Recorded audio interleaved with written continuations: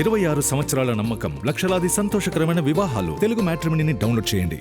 ఇన్నాళ్ళు glamour show మీదే concentrate చేసిన మాళవిక ఇప్పుడు రూట్ మార్చారు. ఓన్లీ గ్లామర్ కాకుండా అప్కమింగ్ మూవీస్లో డిఫరెంట్గా ట్రై చేస్తున్నారు. ది రాజాసాబ్ సినిమాలో యాక్షన్ సీన్లో నటించిన ఈ బ్యూటీ నెక్స్ట్ మూవీలో మరింత ఇంటెన్స్ ఫైట్స్ చేయబోతున్నారు. ఏంటి ఆ సినిమా అనుకుంటున్నారా? అయితే వాచ్ ది స్టోరీ.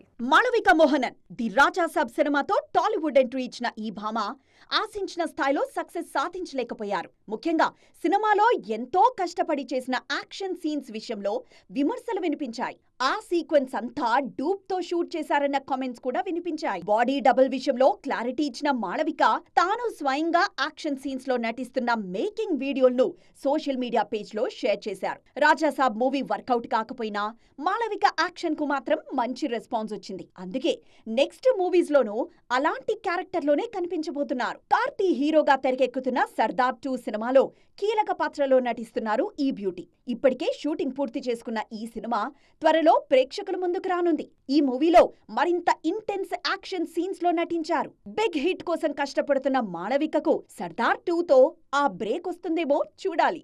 26 సంవత్సరాల నమ్మకం, లక్షలాది సంతోషకరమైన వివాహాలు. తెలుగు మ్యాట్రిమోనీని డౌన్లోడ్ చేయండి.